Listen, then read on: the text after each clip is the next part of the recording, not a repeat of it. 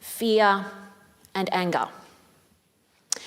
We've seen all of these things against the backdrop of a pandemic which was not even imagined to be possible at the time when the Principal Act, which we now seek to amend, was drafted. And as Ms Maxwell noted in her contribution, then Health Minister Mr Andrews, now the Premier of the state, referred in his second reading speech to influenza and to the importance of combating a pandemic that might arise as a consequence of this particular illness. COVID is not influenza. COVID is a virus that spreads in the most insidious, invasive, and effective way that one might possibly imagine. COVID is a virus which has managed to work its way back into New Zealand following an intense lockdown period and indeed weeks without a single recorded case. COVID is a virus which seizes upon any opportunity to spread through aerosols and micro droplets, and it does so indiscriminately. And the obligations that governments have in responding to COVID and all of the misery, the pain, the suffering, and the loss that it involves must necessarily be bound in not the way that we want the world to be right now, not the way that we used to live, but what we are faced with currently. And what we have seen around the state in the course of combating the first wave and indeed this second wave of cases around Victoria has been a single focus within the state to do everything that we possibly need to do to make any number of different sacrifices to reduce the risk of community transmissions and to bring those numbers down. We have all too tragically seen hundreds of fatalities occur where people have lost their lives and where their death certificates record coronavirus either as the cause of death or as one of a number of factors involved in the death of overwhelmingly somebody of an advanced age and overwhelmingly somebody within aged care. We cannot ignore the reality that COVID-19 seizes upon immunocompromised and immunosuppressed people within our communities. We cannot ignore that it spreads like wildfire in particular settings, in particular work environments, within particular parts of our population. We are bound in grief for those at nursing homes and aged care facilities who were unable to say goodbye directly to their loved ones. We are bound in dismay at reports of clusters in abattoirs and in enclosed settings and workspaces where in fact previously there had not been any understanding, at least to an evolved state, of the way in which COVID-19 moves through our community. We have seen the impact of restrictions, not just for the better, and we know that stage 3 resulted in a reduced number of cases of around 20,000 fewer cases in Victoria because of the combined efforts of people across our entire state. But we've also seen, to be accurate about it and to give this the dignity that it requires in the course of this debate, so much loss. We have seen businesses go to the wall. We have seen families unable to spend time together. We all know personally, directly or indirectly, the pain and the longing and the missing and the loss of not being able to see those we love, connect with those we care about, and provide support to those who so desperately need human company, engagement and interaction. We all know too well by now that a screen engagement, that virtual connection is something, but it is not everything. It does not bridge the gaps that we are so keenly feeling. And this work that we have put in over so many months, it must count for something. The purchase that we have gained over the exponential increase in case numbers to be brought down to the figures that we see today and will hopefully continue to see over the coming days cannot be squandered. We must stay the course. We must do this to honour the workers at the front line whose faces are bruised into the shape of PPE. We must do this to respect workers who have gone out time after time, day after day, in often difficult and uncertain circumstances, whose hands are cracked from sanitiser as they work at supermarkets in the face of hostile, difficult, frustrated and scared customers. The work being done by teachers across the state to assist parents in remote learning. Those who have continued to provide calm and support and expertise, our paramedics, our nurses, our clinical staff, our orderlies, our doctors, our experts, our truck drivers, those who have put in so much work to make us safe, to keep us safe, to ameliorate the difficulty and the hardship that we feel and are experiencing ourselves and on behalf of those we love.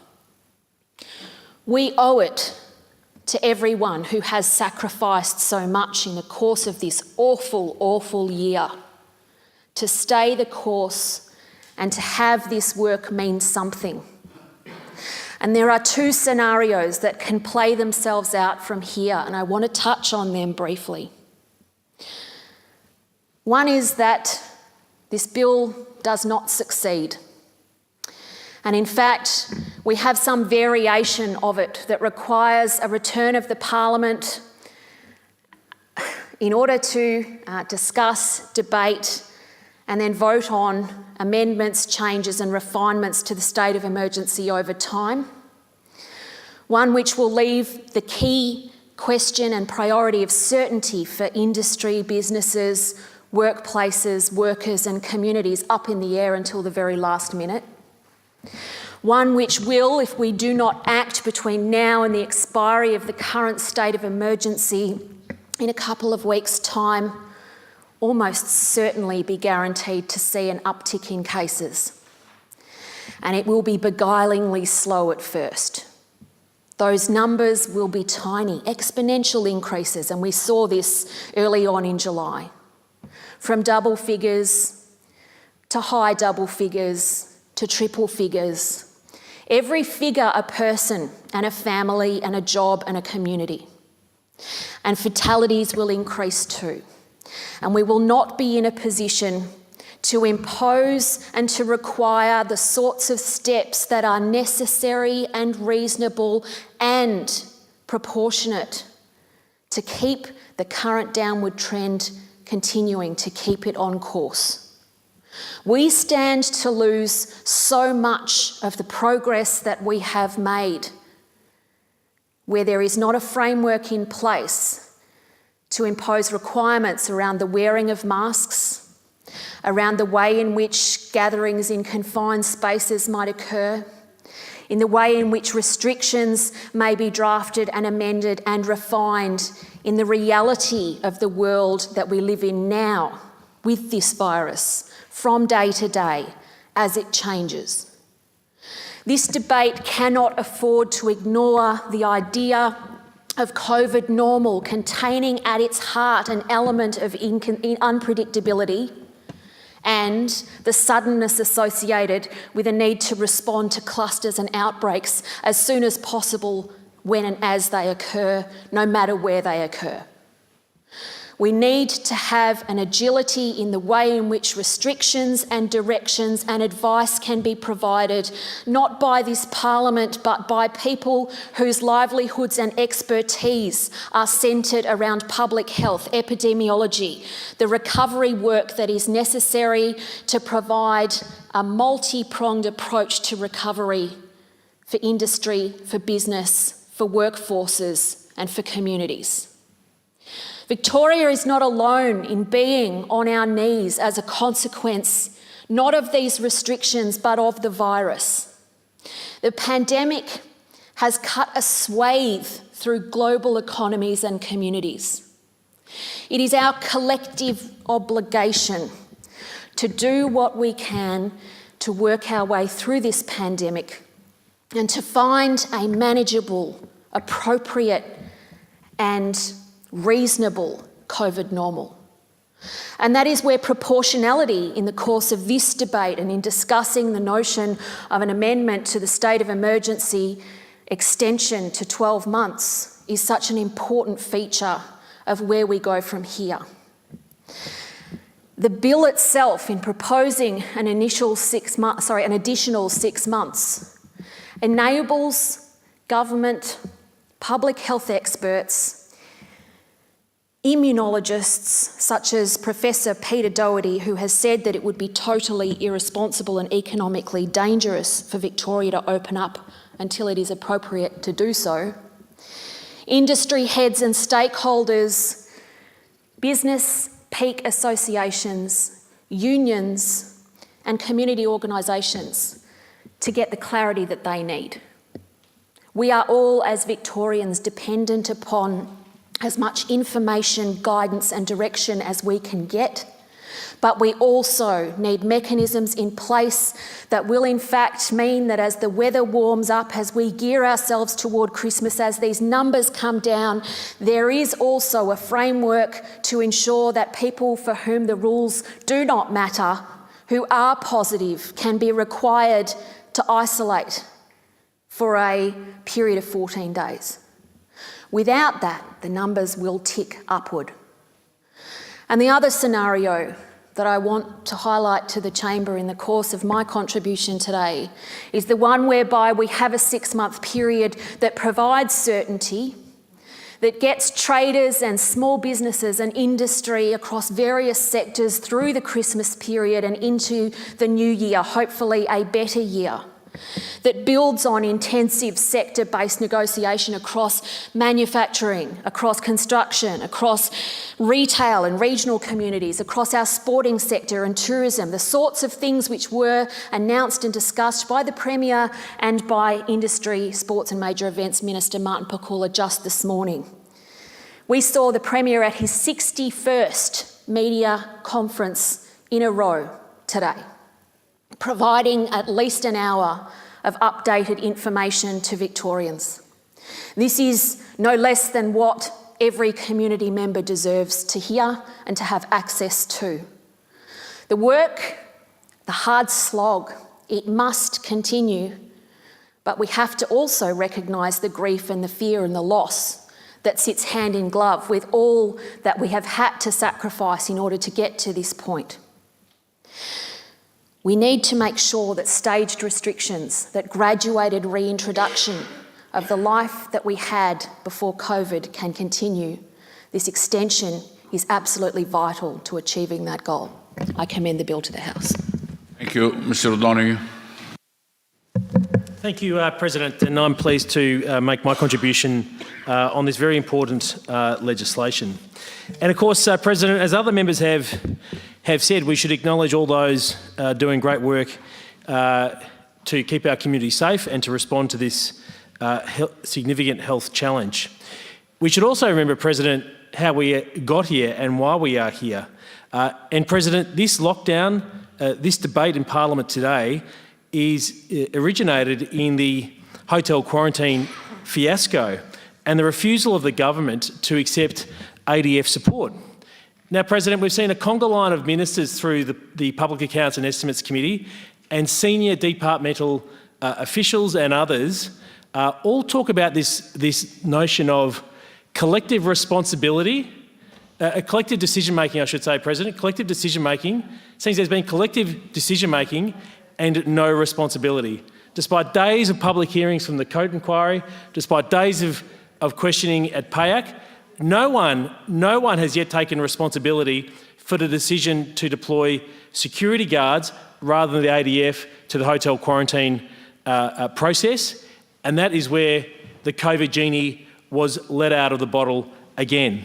Now, there was some dispute about whether the ADF was on offer until Lieutenant General John Fruin appeared at a Senate committee several weeks ago, and following questions from Victorian Senator James Patterson, it was made clear that the ADF offer was on the table, and indeed that offer was taken up by other states.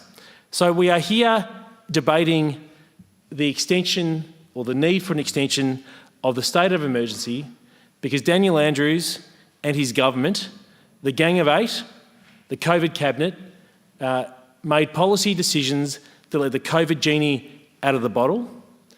And then we have a shockingly incompetent health minister that failed to deliver the contact tracing system that Victoria needs to enable proper and speedy contact tracing to confine an outbreak when it takes place. The sort of strategy, the sort of work that New South Wales has clearly demonstrated can be done to contain outbreaks. Ms Crozier had spoken previously about the antiquated systems we have in Victoria, where contact tracers make handwritten notes and then put it into an old database, and somehow that's supposed to be matched up to enable that process to continue. Whereas in New South Wales, they have live reporting and live tracing to enable real-time updates about areas of risk, people who need to report and be tested. So, President, we are in this very unfortunate position because of the negligence and the failures of the Andrews government. Now, President, what the government is seeking is not just an extension of the current powers, but an extension of the current powers and giving more power to the Chief Health Officer. Effectively, what the government and Daniel Andrews have done since the establishment of the COVID cabinet is restrict decision-making in Victoria to a handful of members of the executive, the Chief Health Officer, and one or two others. We heard the Secretary of DPC, Chris Eccles, talk about his grand plan to re-engineer Victoria to be more equitable. The sort of platform perhaps someone running for elected office should articulate, not a servant of the government implementing government policy. So Victoria is run by a handful of people. Now, President, is it good practice to continue what we are doing when what we have done in the past has delivered such disastrous outcomes? We have a system of checks and balances in Victoria in a thriving democracy when it's normally operating for a reason. Because the robust consideration of different ideas, the robust analysis and consideration of different perspectives improves decision-making. Well, that process has been, swept aside by Daniel Andrews. He's not listening to the caucus, the Labor caucus. He's not listening to most of the Labor cabinet. He's definitely not listening to the opposition. And as we've come to see through the speeches of the members of the crossbench, he's not listening to the crossbench. He's also not listening to a growing chorus of doctors who are concerned about the approach that Daniel Andrews and Jenny Mikakos have taken. When the opposition question the approach of the government seeks to portray us as, extremists or people who are, disrespecting the views of health professionals. Well, health professionals are not some monolith with one singular view of the policy response. And those different perspectives on the appropriate policy response have grown louder as the debate today has become closer. And those medical experts, those healthcare professionals and their views should be considered, they should be tested, they should be analysed, and they should feed into the decision-making process. President, never since Federation has such power been vested in so few, including unelected officials. Never before has Victoria had a curfew imposed, not even during wartime. There's been little analysis, little thought, little consideration given between the nexus of harm to people's livelihoods and health outcomes. Daniel Andrews has bypassed traditional Westminster cabinet, a tradition that has served Victoria well for so long and democracies similar to Victoria for so long. At a time of crisis, these institutions should be drawn upon, should be called upon to be more active, to serve more, to have more input, not brushed aside. It's remarkable that the Legislative Assembly hasn't sat since the 18th of June and that the Legislative Assembly hasn't sat with its full complement of members for 6 months. The failure to release a plan for the phased lifting of restrictions should have been released before debate today. Daniel Andrews has known the 6-month limit or deadline was coming the day he announced the state of emergency. Surely there could have been contingency planning in DPC and DHHS to prepare for the impending end of the state of emergency and what an extension should look like, taking into consideration a range of views and perspectives. The federal government, New South Wales, New Zealand have all had parliamentary committees examine COVID response with non-government chairs. Compare the way that Scott Morrison has facilitated regular briefings to Anthony Albanese, weekly briefings, I understand it, and the opposition. Compare the way the government engages with the opposition here in Victoria. And of course, the Andrews government likes to talk about the code inquiry as some sort of panacea to reveal the truth about what has gone wrong with COVID, when the terms of reference are so narrowly constrained to elements of the hotel quarantine fiasco. And government departments are luring up with QCs and Melbourne's best legal minds to claim executive privilege over the production of documents to the very inquiry Daniel Andrews said will get to the bottom of this mess. What an absolute nonsense. He treats Victorians like fools. It is absolutely staggering that he would say that process is supposed to get to the bottom of the COVID issues when his own government, when his own departments are claiming executive privilege over huge volumes of documents. And I noted with mirth the comments of the board chairperson, Elizabeth Coate, who said there was no prohibition from any member of the community from giving their direct account of what went on with the hotel quarantine fiasco.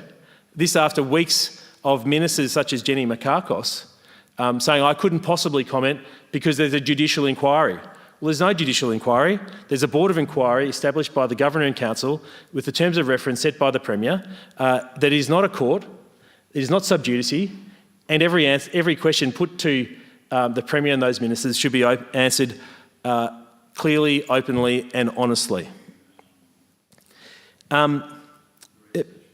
President, as I say, the contact tracing failures are a significant reason, I believe, why we are still in lockdown, and we don't have an understanding from government or clarity from government about when a system akin to what New South Wales has will be implemented in Victoria.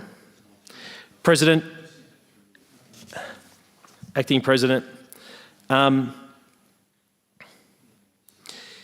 looking into the future, there's clearly deficiencies in the Public Health and Wellbeing Act and the interplay of powers in the Emergency Management Act, pursuant to which the government declared the state of disaster.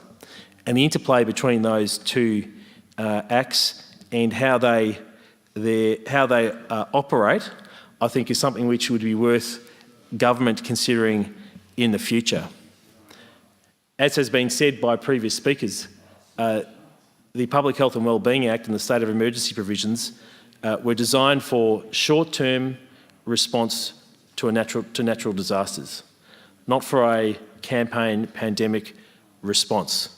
And clearly there's a case for future consideration of legislative change to accommodate the set of circumstances we have at the moment, and hardwiring into the Act the sort of review, the sort of role for Parliament and executive accountability that the government has been so happy to push to a side over recent months.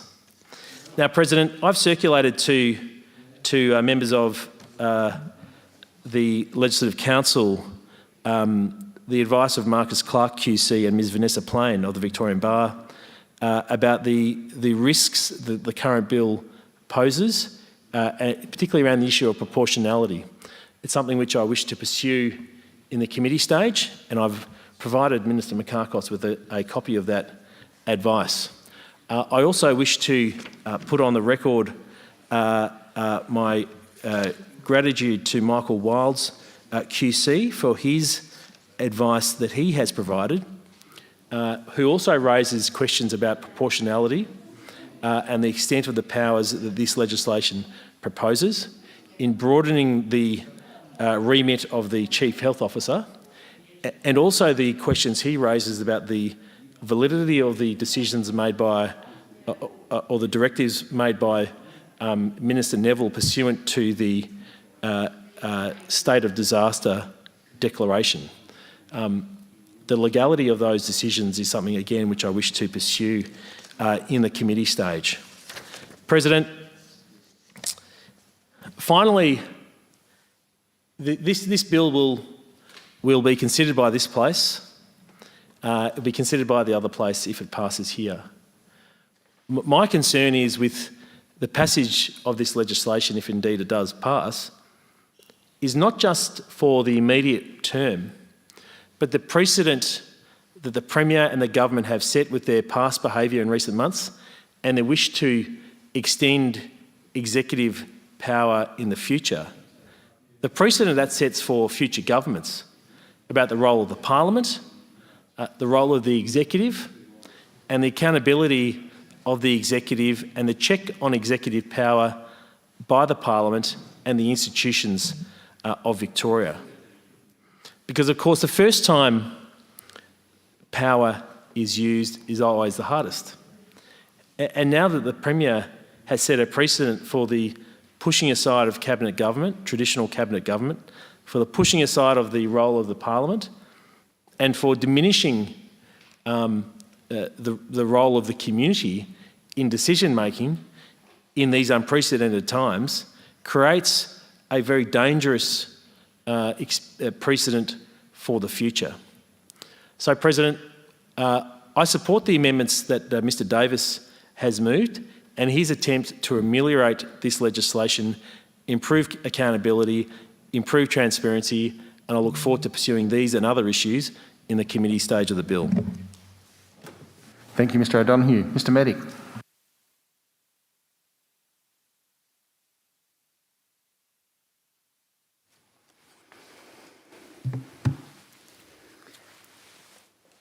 Thank you, Acting President. It's with immense concern that I rise to speak on this bill today. But my concern is not about what the government is requesting through this proposed legislation. My concern is about the misinformation, the conspiracy theories, the lies and the fear-mongering that has surrounded it. And I also want to make one point about something that was already said in this chamber today surrounding emails. My office and myself have also received a lot of emails, a lot. But it is not true to state that they've been generated individually by individuals and written individually by those people.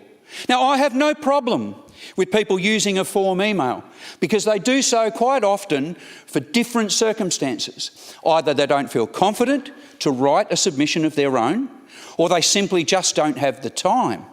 That's perfectly legitimate for them to do so. But the truth needs to be told. And over 90% of those emails generated, and I know for a fact that this is the same situation for all the other members on the crossbench, they came from a form email place, from a particular place that we now know has somewhat dubious origin. And I'll leave that point at that. Now, I want to make it clear today, we're not voting on a continued lockdown, one of those pieces of misinformation that's been fed to the community. Any politician that's communicated it that way is simply being irresponsible. And it brings me great discomfort to watch our public health system being used as a political football in this way. As a regional MP, I don't want to see my constituents in lockdown or harsh restrictions a day longer than they need to be. And I have confidence that the government will ease these restrictions as soon as is possible. This coming weekend, we've been told we will have a roadmap to do just that. But I do believe a state of emergency is necessary for ensuring that those poor souls that test positive to coronavirus must isolate, for ensuring that COVID-safe plans are required and adhered to in workplaces, that physical distance is adhered to, and other appropriate messages and measures. We can't overnight replace "we are all in this together" with "everyone for themselves." What an appalling waste of everyone's efforts to date that would be. The plan to suppress community transmission of COVID-19 is the right one, and we need to stay the course. We only need to look at places like America to see what happens when we don't. I've consulted extensively on this bill. I've spoken with councils in my electorate, small business lobby groups, unions, the Australian Medical Association, AMBOs and nurses. And they all tell me one thing: extend the state of emergency. And I will listen to the professionals, the frontline workers and the experts on this one. To me, it would be unconscionable to hamstring the government in their handling of this situation. Any government, whether you like the job they're doing or not, by preventing an extension of the state of emergency beyond September 13. Many who are opposed to this bill would not realise that Victoria is one of the only states that does not have the ability to call a state of emergency indefinitely. I've received emails from all over the country wanting a say on Victorian policy, claiming that this is a power grab and undemocratic. But something tells me that they're unaware of the situation in their own states and that they're unaware of the following: that Queensland has extended its public health emergency until October 2nd, but it may well be pushed out further. Western Australia's state of emergency is likely to be in place until at least the end of the year.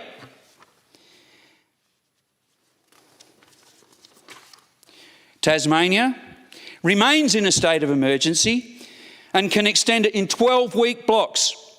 It's similar in the Northern Territory.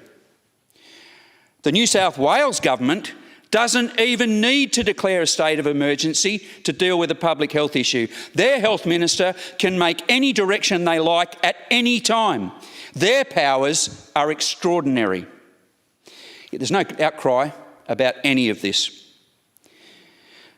Some of my colleagues in this place have expressed concern about the level of consultation and oversight able to be undertaken by Parliament, especially those not on the government benches, and I understand this concern. And I agree that the government should do what is needed to ensure that the Parliament sits.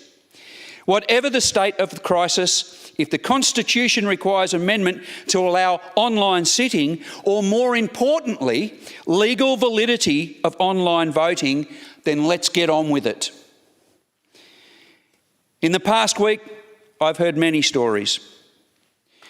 I spoke to one paramedic who described this pandemic as the hardest and most challenging time in his career. While people claim behind their computer screens that this virus is fake, he spends 14-hour night shifts sweating in PPE. He is fearful that this legislation won't pass. Healthcare workers will have no certainty about what the future holds. And worse, the health system won't be able to keep up with the spike in cases that results.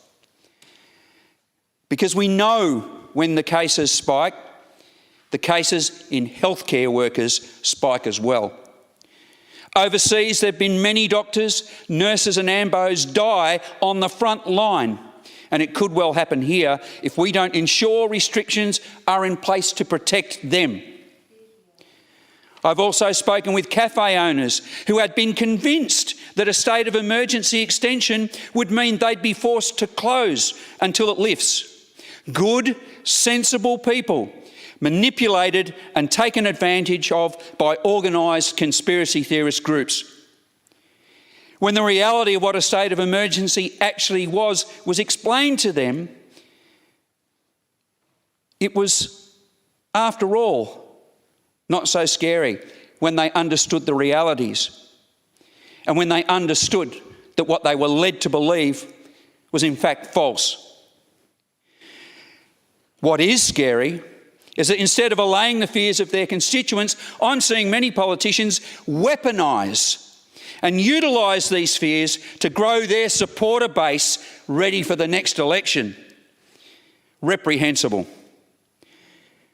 I want to make one final point, Acting President, and that is this. This situation of animosity, fear and distrust in the community could have perhaps been avoided if politicians had done the morally decent thing, all politicians, and put gamesmanship and manipulation of the public aside. This is a public health emergency and should transcend party politics. I'm an idealist. I fully admit that, and I don't apologise for it.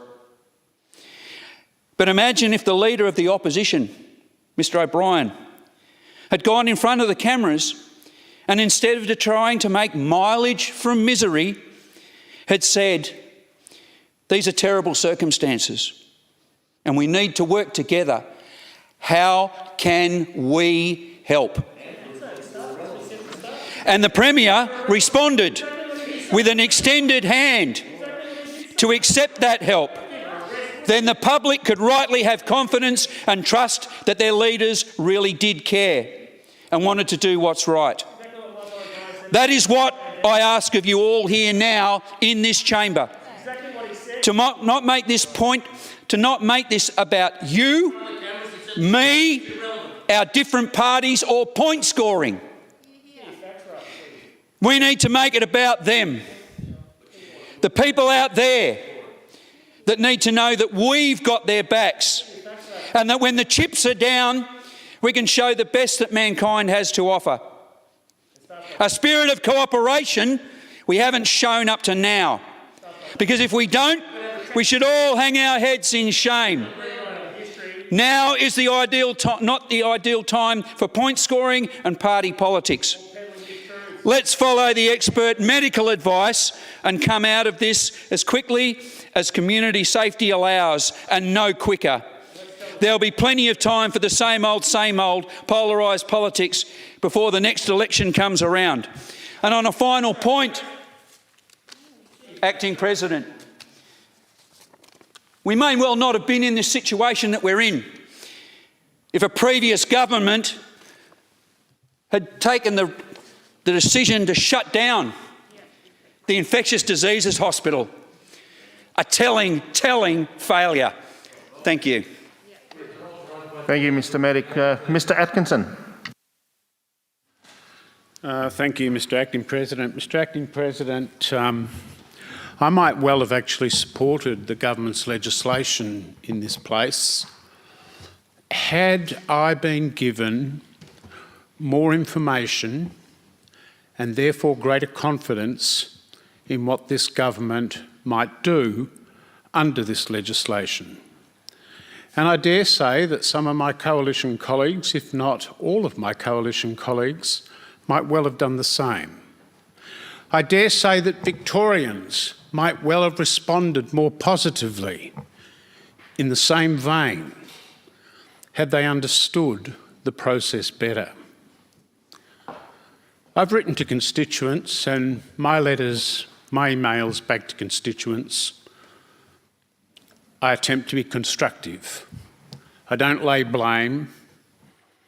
I don't criticise. In fact, my approach to politics is that I don't criticise unless I have got a constructive alternative to put forward, a different point of view. In that context, I don't intend to speak on the matters that have been canvassed by most other speakers in this place today. I make the point, though, that in the emails I've sent out to my constituents, and they have been incredulous, I pointed out that the only way I heard of this legislation was when some of those constituents rang me up and said that the Premier was going to extend the state of emergency for 12 months. And our initial reaction to them was, no, that's not happening. We had to go back to those people and say, we were wrong, you were right. I find it extraordinary, and my constituents find it extraordinary, that over the near 6 months of this pandemic, I have not received a single piece of information from the government that would assist me as a Member of Parliament in advising and assisting my constituents. The only government department that has published and forwarded to me as a Member of Parliament any useful information to support my constituents has been the Department of Education and Childhood Services. No others. Not even media releases. Ms Makakos has said on a number of occasions in this place that we should be working together, that this should be a bipartisan fight against this virus. And I agree. But how can it be bipartisan? How can we achieve what Mr Meddick was talking about in terms of putting the political weapons aside and working together and showing leadership for the community and assurance for the community together, if indeed one side doesn't even communicate? I dare say with some of its own members, but certainly not with members of the opposition. I noticed the scoff from Ms Shing. You get regular updates. We all do. The only updates I can get is if I tune in to the media conference each day. No, I am absolutely not on an email list. This is not true. I have not received a single email from a government minister or a department other than the Department of Education on any of this virus management process. And indeed, everything that I have knowledge of comes after the event. It is true that I can go to some of the department websites, particularly Department of Health and Human Services website, to get updates there. I do that. They're not provided to me. And indeed, very often, they are contradictory in some of the things that they say or inconsistent with what has been said at media conferences. Now, the fact is we are all in this together. The fact is that we are all leaders in the community. The fact is that we do have to give assurances to the community, and we do have to fight what is a very real health threat. But we all need to be included in that information. We all need to be part of that exercise rather than excluded. And it is interesting that at the very outset to this pandemic, that in fact the leader of the opposition did stand in support of the government and its actions. Now, I agree and want to reinforce, for the benefit of those who perhaps have a jaundiced view of the positions that some members of Parliament take, I want to reinforce that in fact there is a real threat with this COVID-19, that it's not fake, that a lot of the absolutely wacky emails that have come to me about particular cures and you know, ways of approaching it, and indeed statistics that have been manipulated in a way that it's just ridiculous, that people do need to be mindful of the health impact of this disease. And it is a disease that we don't even today, after some 9 months of it being evident in the scientific community, fully understand. You know, we now hear of people who have contracted it a second time in both Nevada and Hong Kong.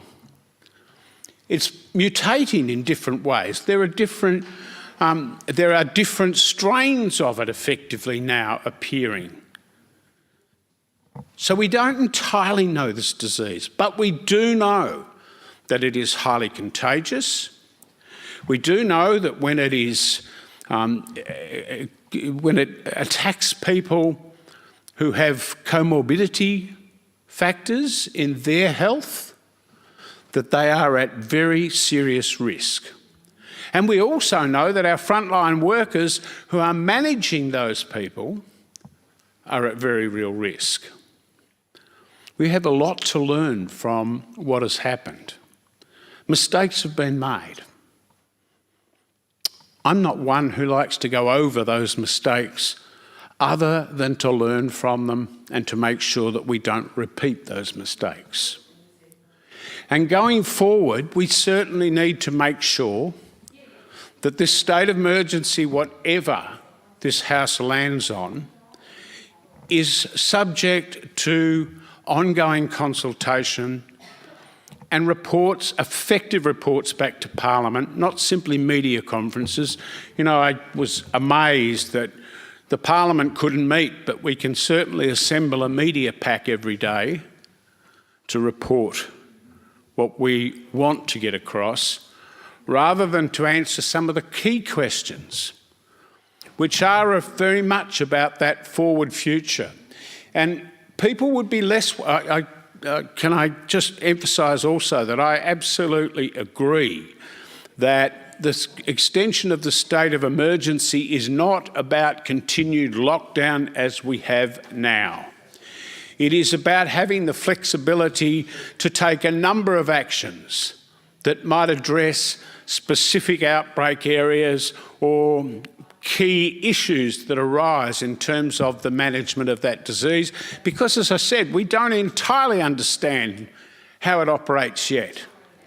We still don't understand some of the aspects of what it will mean going forward for people who have contracted and recovered from that disease, but that scientists suggest might well have other health impacts down the road. So we don't know a lot about it in some ways. And there is a need for the government to have flexibility.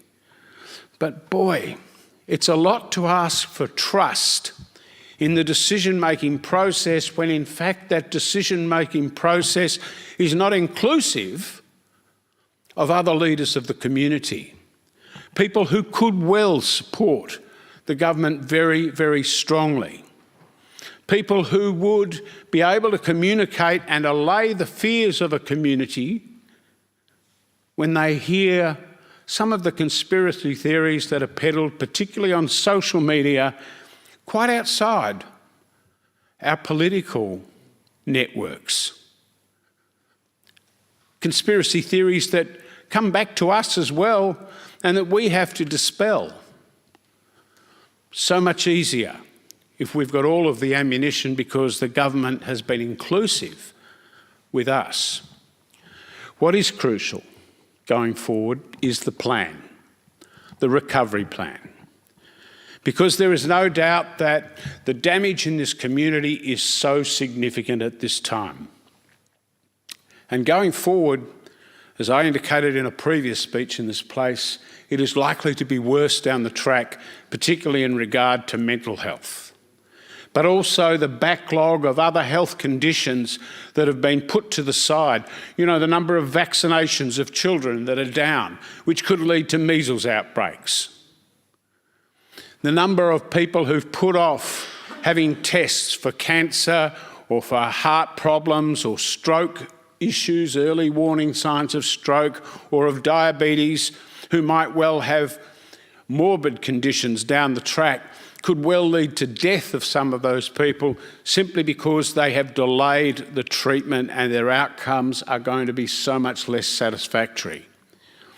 I wonder, in terms of the advice that the government's taking when the government actually makes its decisions under the state of emergency, if in fact the Chief Health Officer is advising on matters other than COVID that affect the public health, which includes all of those areas where people are delaying diagnosis of their conditions or delaying treatment or unable to have what is regarded as elective surgery, or indeed are putting off vaccinations. I wonder if the impact of mental health conditions and what we are seeing reported by some of the agencies who deal with those people who are under stress is being taken into account in some of this planning. And particularly where it comes into some of those business owners. And as I've said before, so many of those businesses will not recover, as other members of this chamber have reported in their speeches today. And the loss of a business can mean the loss of a lot more than a business. It can be relationship breakdowns. It can be the loss of a house and other assets. It can be suicides.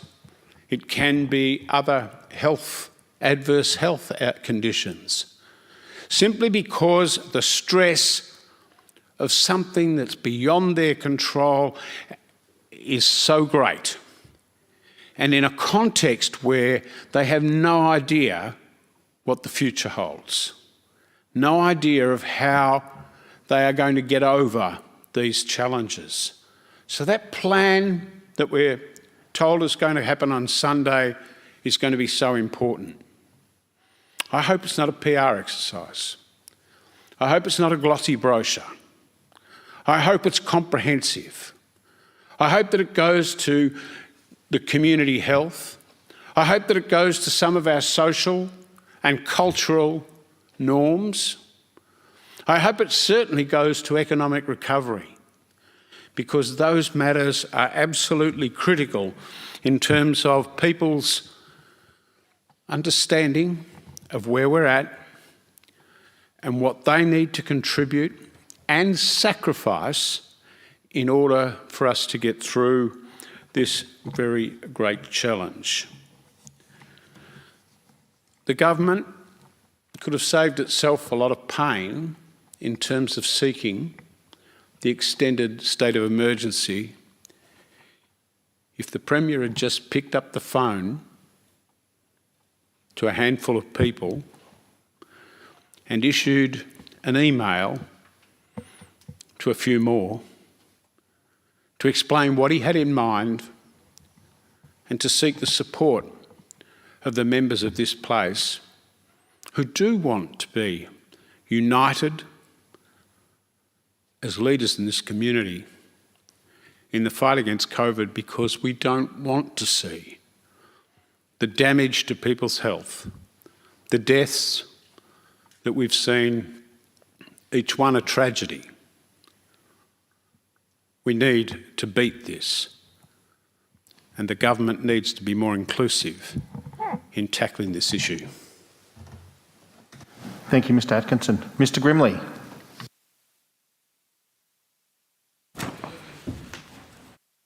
You, Acting President. I rise to contribute to debate on the Public Health and Wellbeing Amendment Bill, which has been the subject of much contention.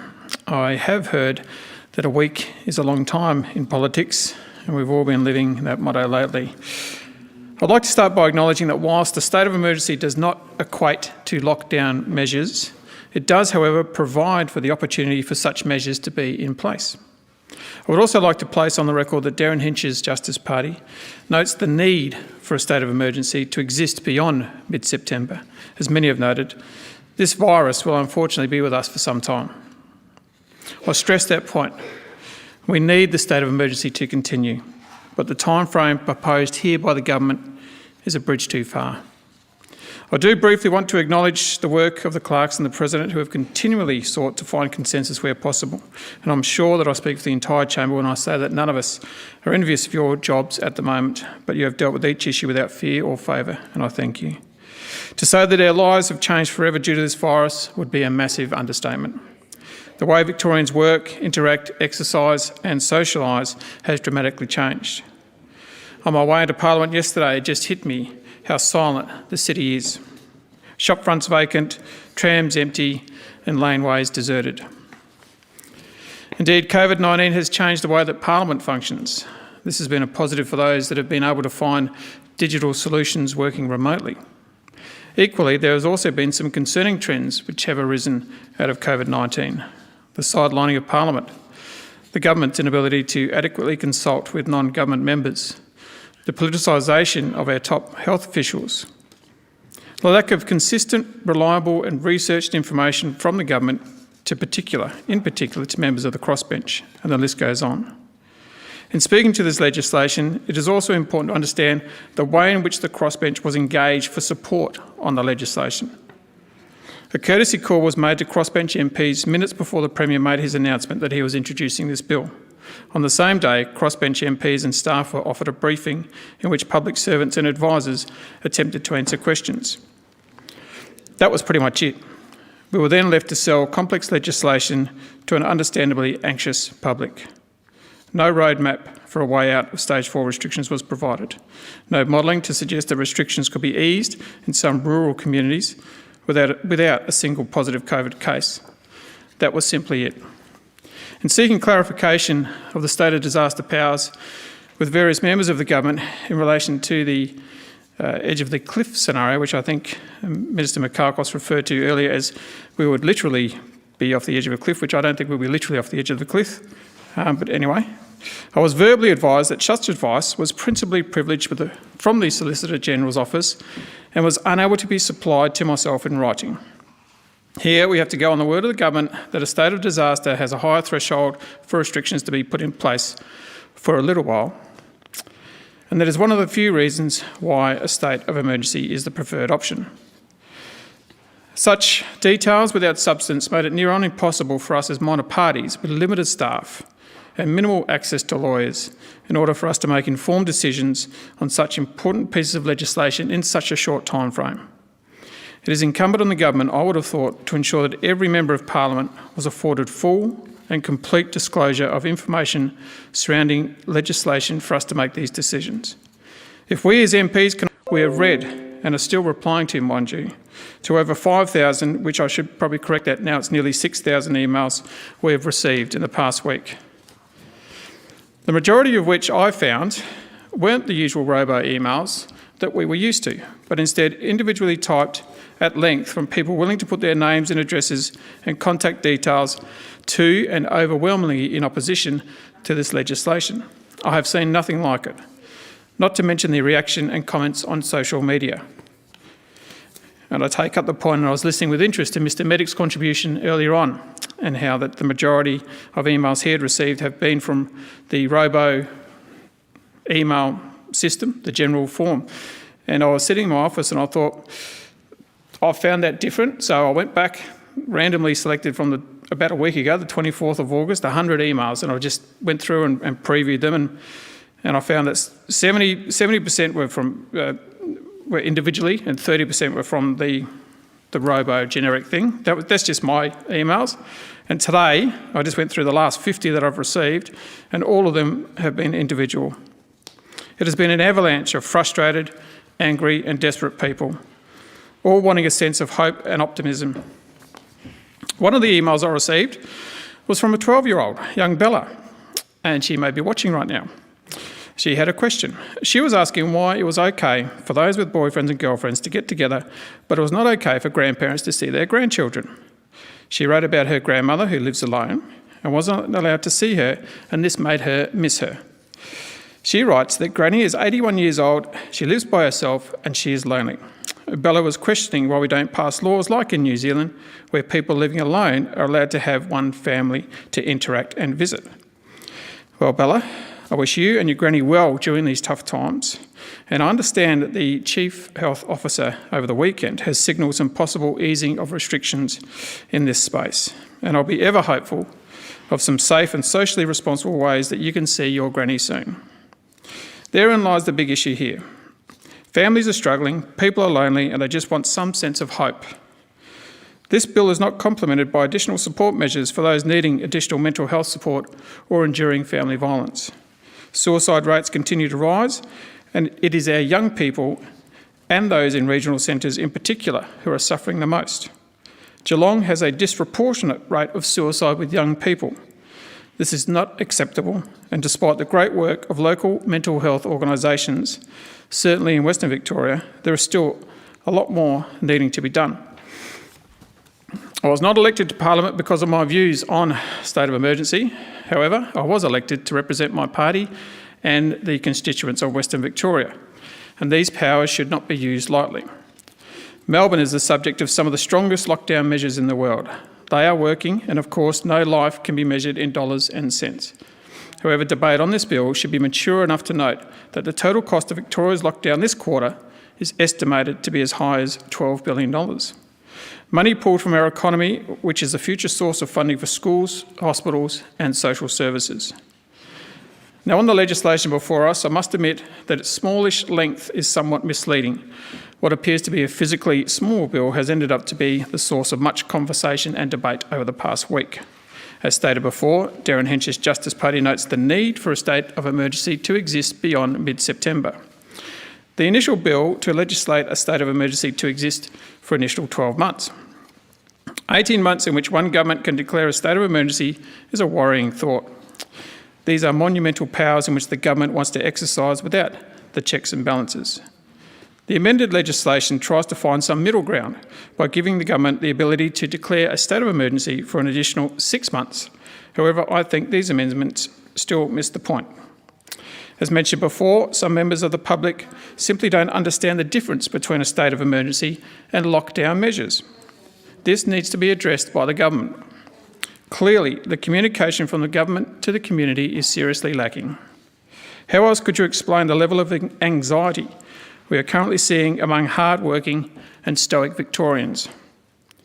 Additionally, the government has been unable to provide written advice to me from the Solicitor General or the Attorney General for that matter about whether or not a state of disaster can only exist in conjunction with a state of emergency. And I must say that I am thankful for the Attorney General and also Minister Symes and also Minister Makakos for their advice over the phone in recent times. I am very thankful for that advice.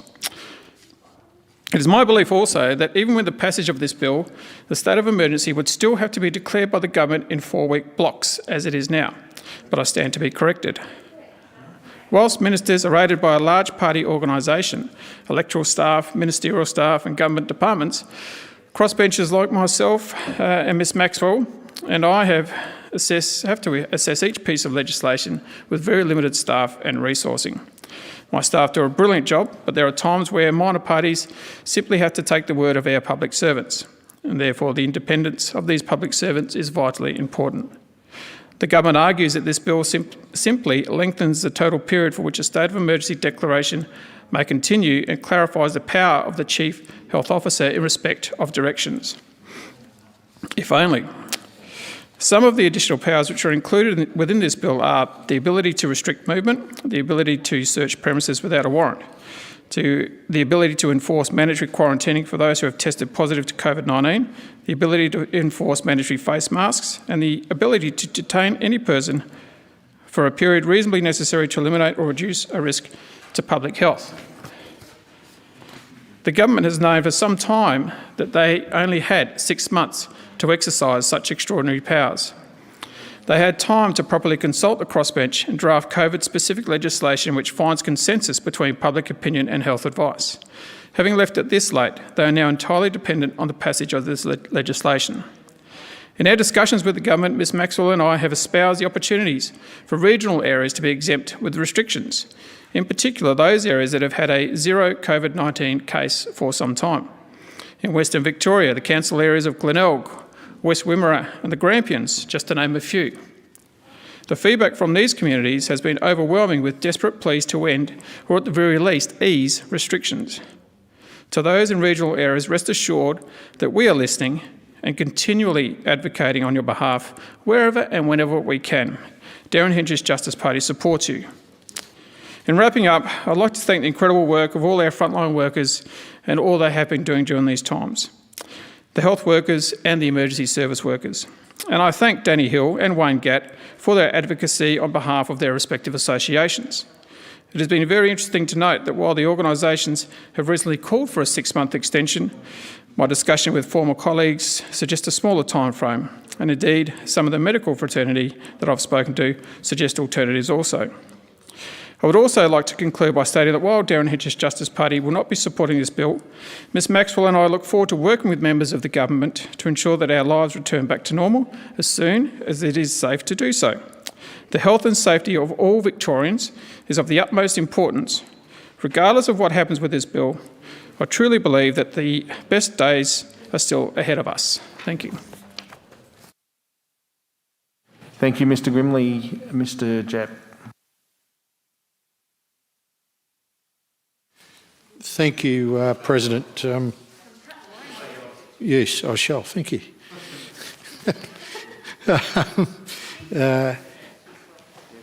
I'm very pleased to rise and support of this bill before us today. And can I begin by thanking, as Mr Grimley did at the end of his contribution, all of those front line, last line, whatever you call them, those workers out there who have worked so magnificently hard to keep us all safe. They are doing their level best. The group that I'm truly amazed at, we get inspired by the health workers, I think, every day when we see them going into places where everybody else would shudder at the thought of going through those doors when that plastic snaps shut. And these people, with a simple mask, a gown and a pair of gloves, have to go into a place where they know that this disease is absolutely rampant. They know that this disease is indiscriminate and it will have various impacts on different people, and yet they still walk through those doors. They still walk through those doors, and they have our enduring and undying gratitude for the effort that they put in. I'm also amazed at a group of workers who often go unheralded at these times. It's our predominantly young people who work in our supermarkets. Aren't they wonderful young people? The world's in a good spot when these people front up to work day after day in very, very difficult circumstances where everybody is frightened, everybody is anxious, everybody is agitated, and they're doing the best that they can, often in very, very difficult circumstances, as I say, with very little protection for themselves. But for those people, our transport workers, our police officers, all of our health workers, as I said, everybody who is going out there every day of the week to support us, thank you. And I note, again, drawing on Mr Grimley's contribution, some of the support for this bill and the places it's come from. And it's the union leaders who represent those workers, be it nurses, be it police officers, be it ambulance officers. These union leaders are out there calling on the government and calling on everybody in this place to indeed pass this bill and continue to offer the protection that we possibly can, as much protection as we possibly can, to those workers who selflessly put themselves in harm's way with this disease every single day of the week. And in fact, I note Lisa Fitzpatrick from the Nurses Union who says, don't call nurses, midwives and carers heroes. They're not have their backs by refusing to support an extension of the state emergency laws. I've heard many contributions in this place today. Some of them have been based very passionately on the issues in the bill. A lot of them have also been fear-mongering. Fear-mongering has been ripe in this place today, and we have traded on the anxiety, the concerns that people have. For anybody to get up in this place and say that government, you know, what a word, the government doesn't understand the impact that this disease is having both on the economy and its citizens is absurd. It's absurd. How could you not? How could you not live in Victoria and not understand the impact that the state of emergency is having on Victorians and the Victorian economy? We're all living it, for heaven's sake. We're not immune to it. We've all got family, we've all got friends, we've all got constituents. We're all hearing the same thing. We understand the concerns that people have. So don't treat this flippantly and walk in here with hysteria and hyperbole that suggests that somehow we're all ignorant of some of those things going on, because it's just not the case. It's nonsense. We are all feeling the pressure, whether it's financial, whether it's loss of social inclusion, whether it's our kids not being able to go to school. I've got my grandson at home now. He's probably watching. Hello, mate. But he hasn't been to school, and he wants to go to school. He wants to be with his friends. I see and hear from him every day the pain and anguish that he's going through, and I know that that would be the case for every household here in Victoria. So we're all feeling it. We're all feeling it, and of course that anxiety that all of us have got. If I happen to catch this thing, or one of my loved ones, how is it going to impact me, or how is it going to impact them? Because it is indiscriminate, and we know that it's having an adverse impact in different ways on many people. And we also know the disproportionate nature of this disease and the impacts it's having on certain groups within our communities. And those people are in insecure work, you know, who yes, we're providing payments for them, but they're still going through that anguish, that anxiety of, okay, I'm going to have some money for the next couple of weeks. What happens when I'm okay? And I want to go back and I want to get my job. And the boss says, sorry, I've moved on, I've got somebody else for the job. So we know the disproportionate impact it's having on those groups of people. We know the disproportionate impact that it's having on the poor and impoverished and people with underlying health conditions. But one of the things that I keep coming back to when I think about this bill is not only do we owe it to those people and all of our frontline workers, as well as the community at large, to put our faith in our health experts. Why do we do that? I've had the benefit of being a senior advisor for emergency services to the government some years ago, and had the very unfortunate experience with so many other people of the bushfires in 2016. You know, the devastating effect that it had on so many people who are still going through trauma because of those circumstances. But one of the things that I learned very quickly in that role, was that we need to get out of the way and we need to let the operational experts, we need to let the experts tell us how to respond. Now, I've heard today so many people suddenly become experts in how to deal with a pandemic. Gee, if you could just copy that book or tell me which library I can go to get it, then please, we'd all like to read it. What's astounded me today? Is that everything that's gone right, that old adage that successes have many parents, failure is an orphan. Gee, hasn't that rung true in this place today? Hasn't that just rung true? I commend everybody who stood at the microphone today and taken credit for everything that's gone right, and every letter, every email, every phone call that they've made, and how that's turned either the state government or the federal government around. You know, that they've overcome obstacles that no one else could. Good on them. And as it should be that in this, we are all in this together, that we are all making a contribution, whatever that contribution can be. Nobody is the font of all wisdom. Nobody is the font of all knowledge. And we do want people to come together, and we do want to get solutions to all of the problems. But this notion that somehow this place should come back every few weeks and debate a state of emergency and look at all of the advice, and we then collectively go through this rigmarole every few weeks to decide whether or not the advice that we're getting from the experts is good enough to extend a state of emergency, which is going to keep Victorian safe, is absurd. It's absurd. It is absurd.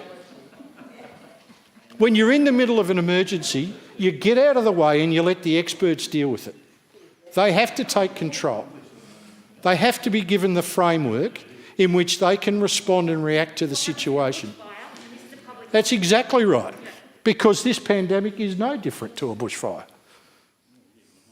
I don't know whether Brett Sutton's advice on every occasion is correct, but I tell you what, I'm not qualified to question it either.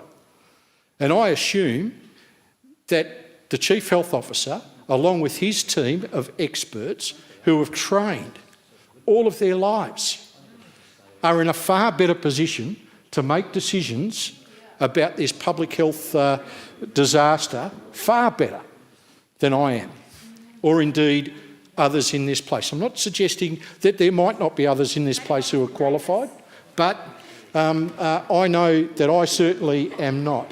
And I am happy to put my faith, my trust in those experts to deliver the sorts of actions that we require to get us through something which has been described as a once-in-a-100-year event and all of those different things.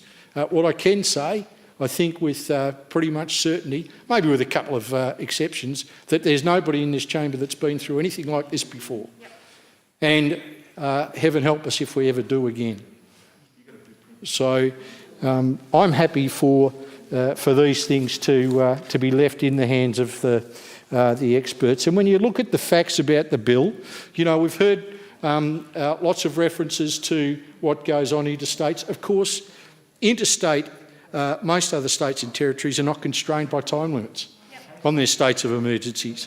They are responding nimbly to the circumstances that are presented based on the evidence, based on the data that's collected every day from their testing regimes around their states and territories.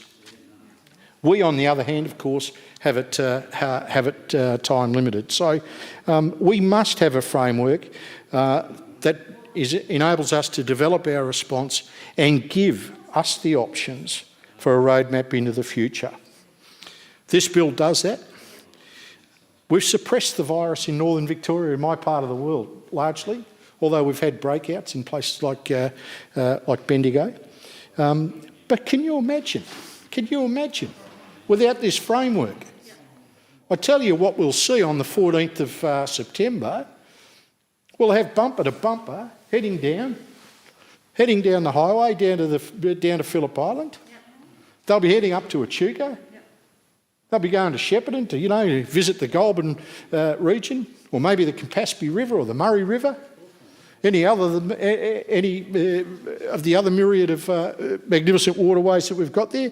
They'll be down the west, straight to Apollo Bay, straight to Anglesey. People will be everywhere.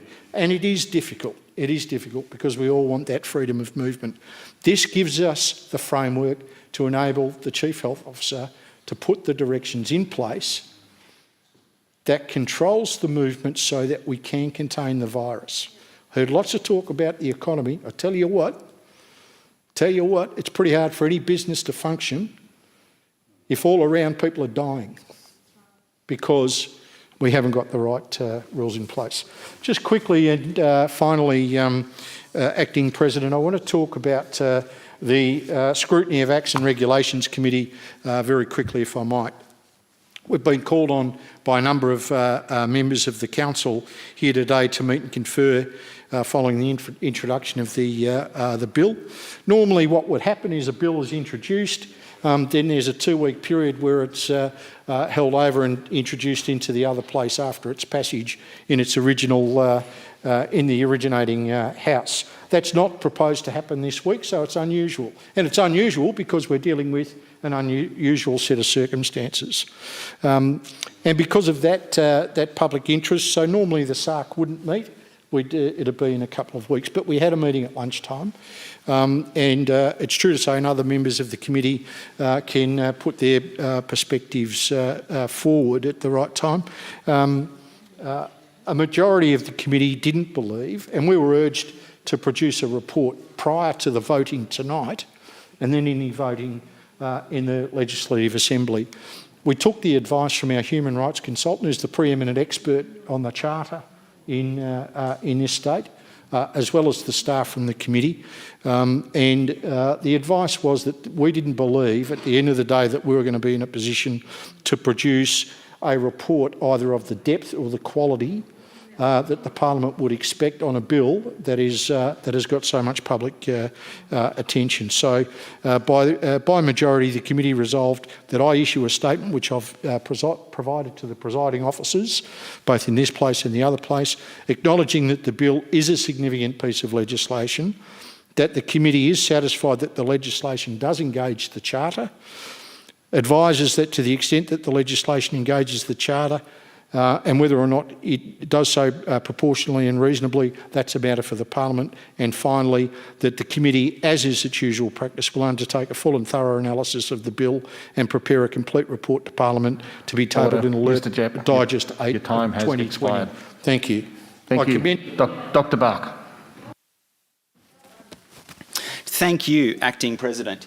I'm pleased this evening to rise to also speak on the Public Health and Wellbeing Amendment Bill. And at the outset, I want to echo the words of Mr Gepp and so many other colleagues this afternoon and earlier this morning in putting on record my gratitude to not only the health workers, of course, but to the many other workers across the state who are doing such vital work to keep us safe. Acting President, this bill is an extreme measure from a government that has shown itself to be incompetent. Unless the responsible, prudent and necessary amendments from the opposition are accepted, I'll vote against it.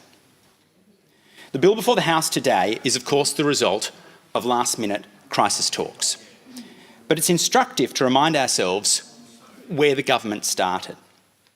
Through the initial bill, the Andrews Labor government sought to lengthen the total period for which a state of emergency declaration can remain in force from 6 months to a further 12 months. It sought to lower the threshold for the Chief Health Officer to exercise state of emergency powers.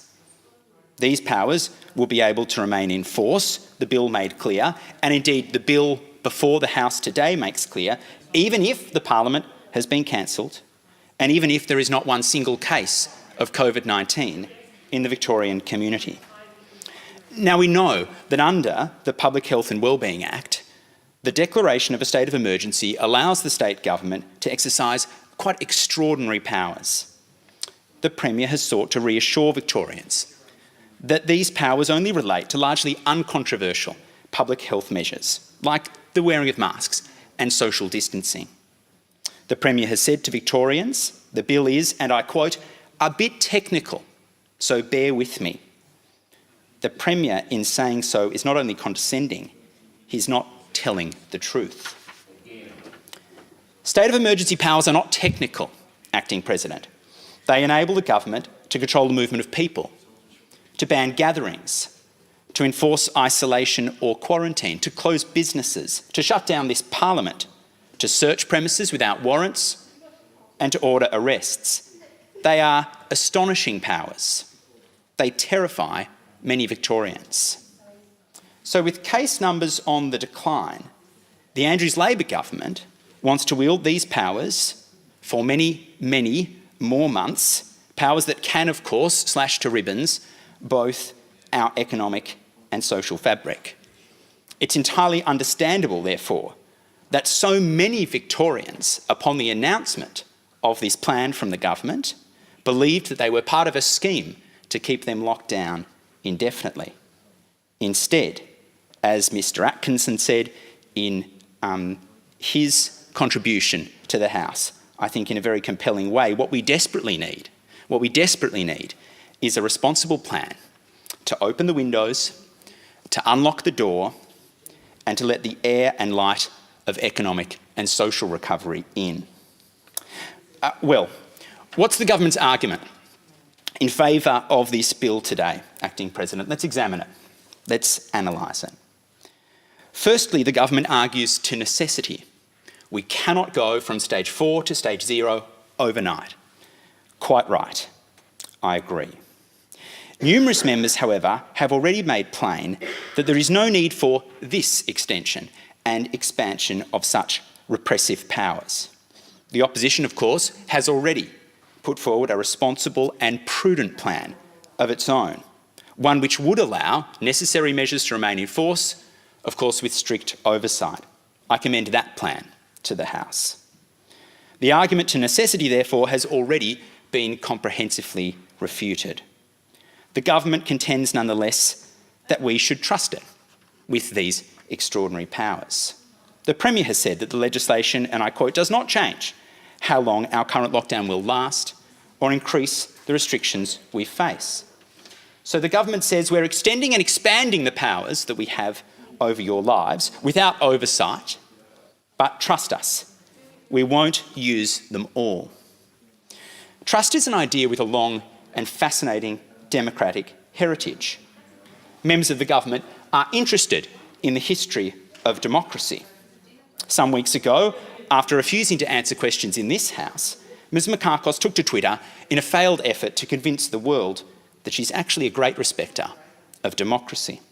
In doing so, she referenced the Athenian statesman Pericles.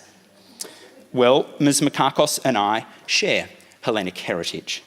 So if we're to stick with the Greeks, in thinking about the bill before the House today, it isn't Pericles that we should turn to for guidance, but another famed Athenian statesman, Demosthenes. Demosthenes said this: "There is one safeguard known generally to the wise, which is an advantage and security to all, but especially to democracies against despots. What is it? Distrust. Distrust." Over the millennia since Demosthenes spoke these words, governments of all persuasions have shown themselves in need of strong measures to ensure accountability and to bring scrutiny, all built upon an appropriate foundation of popular distrust. Now, I talk even of competent governments Acting President, this lethally incompetent Labor government, which lies and obfuscates, requires scrutiny and limits upon its power more than any other government in our state's history. So I will not vote to hand it more open-ended power over Victorians, let alone in the absence of sittings of this place. Allow me to explain why. It's as if Herbert Spencer had a crystal ball. In 1884, the great liberal philosopher wrote Man versus the State, a book that should be required reading for every member of this place. In a chapter entitled The Sins of Legislators, he drew what I feel is a particularly powerful and pertinent analogy. He said this: a druggist's assistant who, after listening to the description of pains which he mistakes for those of colic, but which are really caused by inflammation, describes a sharp purgative and kills the patient, is found guilty of manslaughter. Quite right too. Spencer goes on: we measure the responsibilities of legislators for the mischiefs they may do in a much more lenient fashion. The recent mischiefs of this Labor government have been many. They speak to the government's argument today: trust us. And like the druggist's hapless assistant, the government's mischiefs have been deadly. We all know about hotel quarantine. It was staggeringly stupid, perhaps criminally so, to task supervision of returned travellers to untrained security guards. Now we have a hard lockdown, replete with work permits, a curfew, and whole industries shut down. The number of sick, dying, and dead continues to mount by the day. All the while, livelihoods are trashed, and family violence, depression, and even suicide are the result. Victoria's current malaise, as everyone knows, was caused by the hotel quarantine scandal. 99%. 99%. It is a deadly and damning statistic that is so infamous in Victoria that it requires no further explanation. Trust us, nonetheless, says the government. Its failures instead demand distrust, and therefore that this bill, as it stands, be defeated.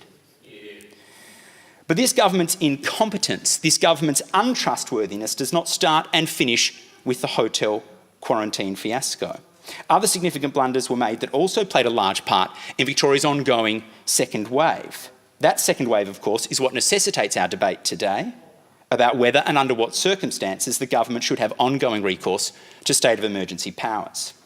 In short, the extraordinary lack of liberty in Victoria today is in large part the result of the government's ineptitude in failing to properly use various powers that it now seeks to extend. Liberalism is often misunderstood. Those of us who proudly adopt that title have never believed that individuals should be able to do whatever they please.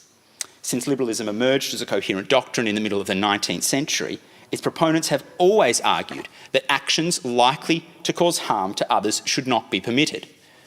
This is the famous so-called harm principle that John Stuart Mill explained in 1859 in On Liberty. So Liberals have often led the charge in calling for harsher penalties and even for less freedom for those who represent a genuine danger to society. We have done so again in an entirely responsible way at this time of pandemic. Critics of liberalism cry hypocrisy.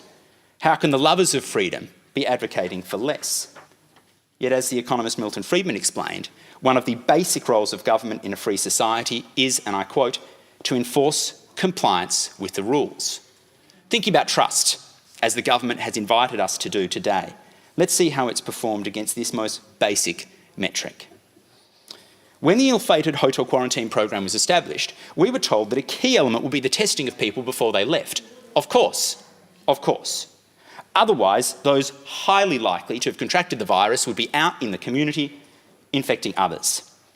However, back in June, the government informed a stunned Victoria that 30% of people were waltzing out of hotel quarantine without being tested. The government couldn't enforce the rule, its own rule, we were told, because it would breach people's human rights.